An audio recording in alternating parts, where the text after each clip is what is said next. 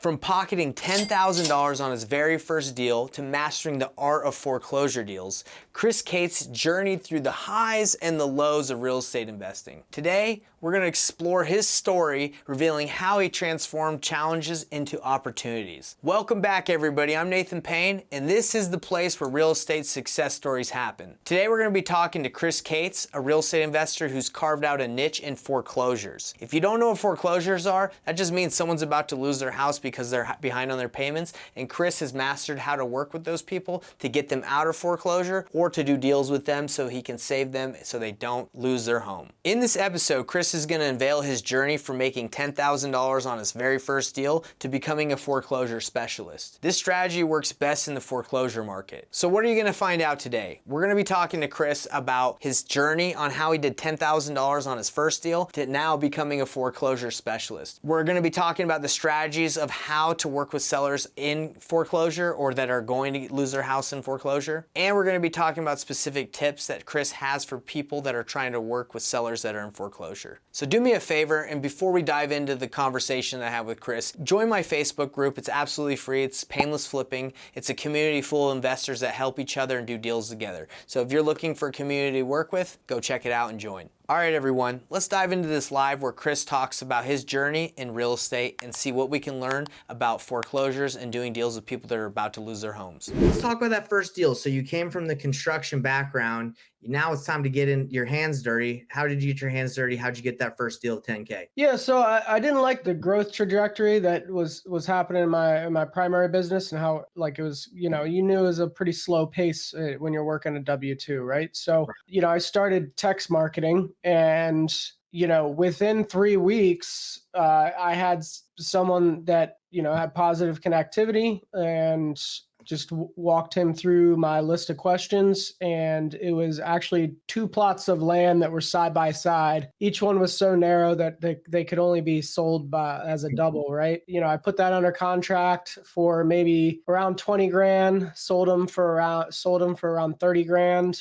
I had a dispo partner, somebody that I'd been collaborating with, that helped sell the deal on the back end too. So, all right. Yeah. Do you feel like that's a way that a lot of people start, is maybe they find the deal and then they have someone help on the dispo side, like help sell the deal? Yeah, to be honest, it's pretty overwhelming to do it all at one time by yourself and learn both sides of things. Like, it's almost like when you're doing it for a while, like for us, it takes a team, right? So to build it out, like, it's hard to have your hats in all these different places, particularly when you're learning, right? If you're learning acquisitions, how to build all that, and it's like, oh, now I have to learn how to assign it and do dispositions. It's a lot at one time, right? So I was really fortunate to have somebody in my corner to help kind of sell the deal too. So yeah, no, I agree. And that's why, like, as you know, my strategy, I tell people to kind of start at least with like a couple buyers to know what they want. So it's easy at that point, if you find a deal, to just give it to them, right? Because if you don't, you just do acquisitions and you kind of like, well, now I have 7 days due diligence, or 4 or 10 or 15 to find someone. It can be a really stressful thing to like try and figure it all out yourself, because you don't really even think about that portion when you're doing acquisitions. You're like, let me just find a deal. And then once you do it, then you're like, oh shoot, I have like little to no time to move this, right? Yeah.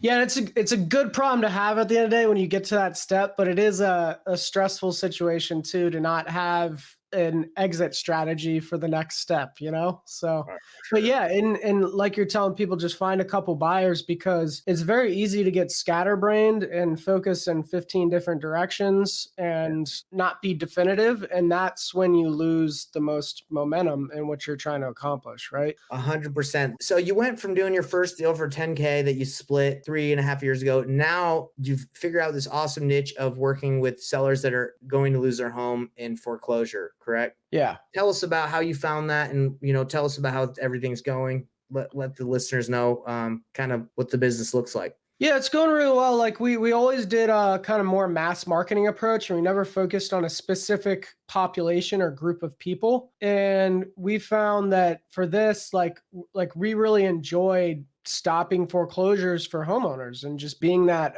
conduit for people to have a different situation than the worst case scenario, right? And so we saw that, And we've recently kind of made that our thing where that's all we focus on. And so we cut off everything else, completely cut ourselves off from other marketing methods. And it wasn't easy because it's nice to have your hand in so many pots. And that works for some organizations. But for us, we just realized we wanted to be kind of the specialists and create that help in that with the market and where it's at right now. So Yeah, you're really providing value, right? Like you really feel like when you reach out to someone that's in pre-foreclosure about to lose their house, like, hey, I'm the expert. I can help you out. I can help you keep this house. I can help you, whatever options you give them. Yeah, 100%. Like you're our acquisitions guy right now. We talk a few times a day, and he's emotional support for all of these homeowners. And I smile, but at the same time, it's very impactful because they are kind of living on an island and they've kind of given up hope, right? And so we're able to kind of create that for them. That's amazing. So let's talk about how you find these opportunities. I'm curious. Are you just getting the list from, paid service? Are you going to the county? And then how are you reaching out to these leads? The county has the list. And we reach out same way we always reach out by text and phone call and sometimes even door knocking. And we are just trying to shake the tree and ruffle feathers and talk to a decision maker at the end of the day. So, and how's the reception? How do they receive you usually? Mixed feelings, but if someone truly believes we're here to help them, and that's our primary purpose, which obviously we make money, but motives align there, where we're able to stop a foreclosure from going on the record and possibly even clean up their credit, right? Which is huge. And they get to walk away with money in their pocket instead of just losing everything they've owned. Then, we are able to sometimes break down barriers there and help people understand that we're all kind of sitting on the same page. So I love that. So when you reach out to them, do they say in defense, like, I'm not selling? Is that like one of their things you have to overcome? Or do you work with the people that are like, yes, I need to move. There's something going on. We know they're not selling. That's pretty clear. We don't call them sellers. We call them homeowners. That's a big difference than traditional, right? And so, we don't ask if they're willing to sell. We say, hey, we know your home's in foreclosure and we can help. Okay. So you just straight up say, and because I know a lot of people, when it comes to doing this for a while, like sometimes don't even want to bring it up, right? They just act like, oh, I was just calling you, you're on my list, or, they don't bring it up. So you straight up bring it up. Oh yeah. I mean, it's an elephant in the room. And if they deny it, we say, okay, did you pay off the lender? Because we see a case number right here. So yeah. You're straight up about it. Do you try to approach them and say like, hey, I might be able to help you stay in the house? Or is it mainly like, hey, we can stop the foreclosure from happening? How does it work? We say we don't know. I mean, we're completely honest, but a lot of times that's what they say, right? I just want to stay in the house. And it's like, okay, well, we need the facts. We need a lot of information to be able to know whether that's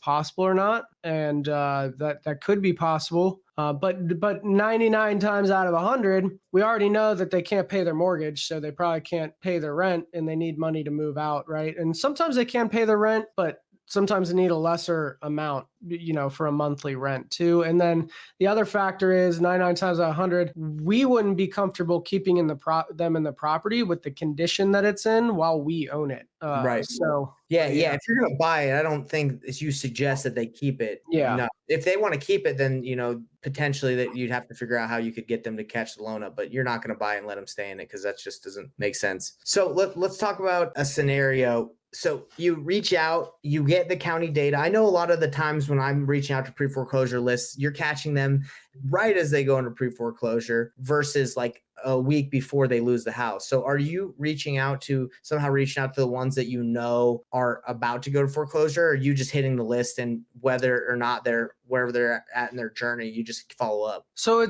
it's different everywhere. For judicial states, typically a lender has to file a notice of default with the county, and so you're able to easier get pre-foreclosure data. Right. But when on non-judicial states, you're just seeing that final foreclosure notice with an auction date, and that's when it kind of the race starts. But yeah, we're exhausting both areas, both opportunities when there's the opportunity to do that. So yeah, because when I was at the family, I talked to some guy that they specialize in also targeting foreclosures, and he says that sometimes like he'll send mailers to these people on this list for like 18 months because sometimes they'll be able to catch it up, then they'll go back into it. Sometimes it doesn't hit them until later. So when I first started marketing, I would just, I didn't know what I was doing. I would just send out mail or text or whatever, and I would just try and hit people with like one massive blast. But are you saying that sometimes it requires like a consistent drip on these people? Like you got to be consistent, whether or not instead of just one hit, you got to keep it going consistently? Yeah, 100%. And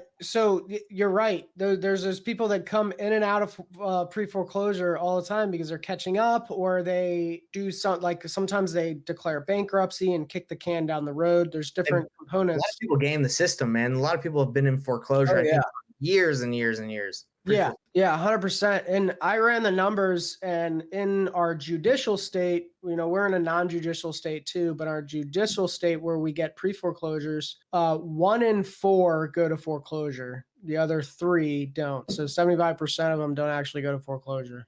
Got it. So, but yeah, all those numbers kind of help set expectations and develop kind of your target and stuff. So I'm really excited for you in the way you're marketing, because when I've been at the family and I've been like networking with a lot of these guys that do a lot of marketing, a lot of the time, like what I'm hearing the most that like always works and like is a great lead source that a lot of people pinpoint is probate and pre-foreclosure. Like, but you master those. Right. And like the way that I was taught, it was just like pull a giant list, kind of like you were saying before, and just blast it. And that can get you in a lot of trouble. It can get your marketing expenses super high. And that's why I went back to the model that I'm teaching, like for newer beginners.